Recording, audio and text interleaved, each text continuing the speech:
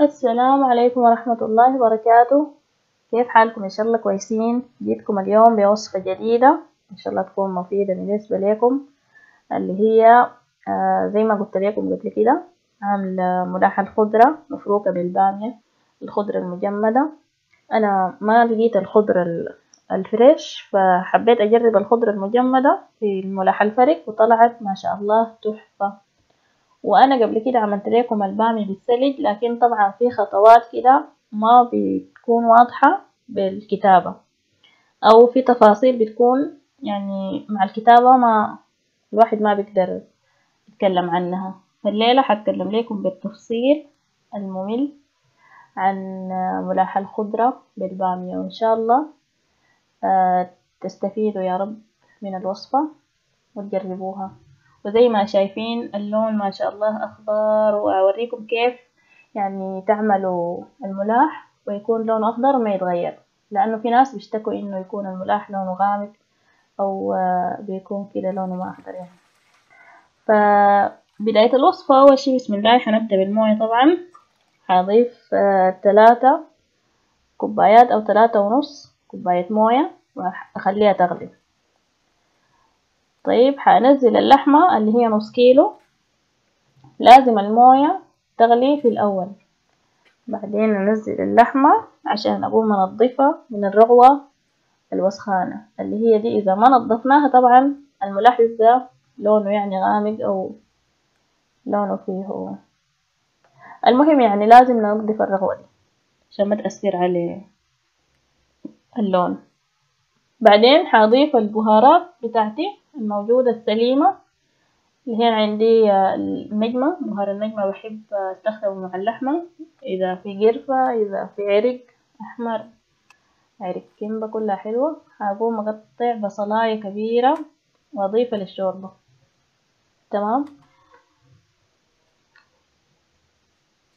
هقوم بعد ده أقفلها وأخليها تستوي 40 دقيقة، ساعة كاملة على حسب اللحمة عندكم. أنا أخذت عندي 40 دقيقة. البامية اللي هي 400 جرام، أقل من نص كيلو شوية. ودي الخضرة المجمدة كمان أقل من نص كيلو شوية كده، وزنها موجود فيها حوالي 350 جرام. فكده بعد ما اللحمة استوت أخذت مني 40 دقيقة، عشان هي أصلا لحمة ضان ما بتاخد وقت طويل في الاستواء. فإذا كانت لحمة بقر هتاخد وقت أطول، وكل ما الموية نقصت هنضيف ليها موية شوية زيادة. طيب هقوم اطلع كل الحاجات اللي فيها واتاكد من انه ما فيها عظام، عشان بعدين ما تخرب لي الخلاطه وانا بخلط الباميه. هضيف الباميه والخضره زي ما هي مجمده، ما في داعي تتفكى، هتتفك اثناء الغليان.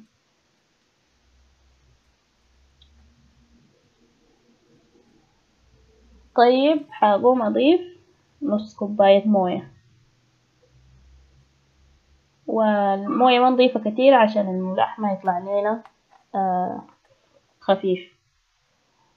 ضفت توم، وده الشمار ده هضيفه في آخر 5 دقايق عشان النكهة بتاعته ما تروح، تكون النكهة ظاهرة.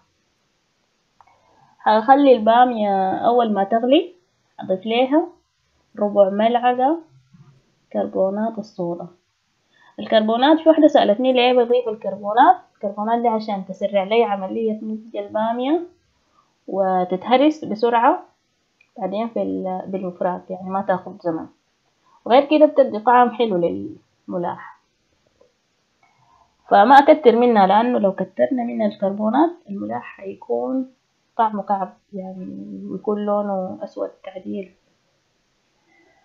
فبعد ما ضفت الكربونات هغطيها نص نص، يعني ما هغطي الحلة كلها. ودي برضو من الأسباب اللي بتخلي الملاح يطلع لونه غامق، إنه يكون الحلة فيها فتحة يعني، ولو ما تغطت نهائي ما مشكلة يعني. طيب في يعني بعد 20 دقيقة تقريبا ضفت الشمار بعد ما قطعته. تمام. بعد كده بعد 5 دقايق مما كبيت الشمال حقوم اشيل بامياية كده واتأكد من انها نضجت، يعني لو اتهرست معاي بتكون نضجت خلاص. طيب اتهرست معاي البامياية خلاص، حقوم اجيب الخلاط او المفرك الكهربائي. طيب قبل كده قبل المفرك حقوم اهرس فيها مكعب مرقة دجاج واضيف الملح، لانه في الاول ما ضفته. مفضل انه ينضاف الملح في النهاية عشان ما يأثر عليه النضج وكده. هقوم افرك البامية فركة تمام، اللي بيحبوها ناعمة شديد يفركوا كتير، بيحبوها كده وسط زي انا كده فركتها. ف كده شايفين لونه اخضر ما شاء الله، وكده بقت تمام التمام. البامية ما محتاجة غلي كتير، اصله ما تغلي كتير، يعني كفاية 20 دقيقة بالكتير، نص ساعة بيكون خلاص استوت. لو بقت قعدت اكتر من كده في النار هتكون طبعا غامقة وتحرق وتمسك في الحلة وكده. ففي النهاية هضيف اللحمة واضيف ليها ملعقة سمنة في النهاية برضو، عشان امي بتعمل كده بتديها نكهة جميلة ما شاء الله. ووصلنا كده لنهاية الوصفة، واتمنى انكم تكونوا استفدتوا منها. وما تنسوا طبعا اللايك والشير، واشوفكم في فيديو جاي ان شاء الله. مع الف سلامة.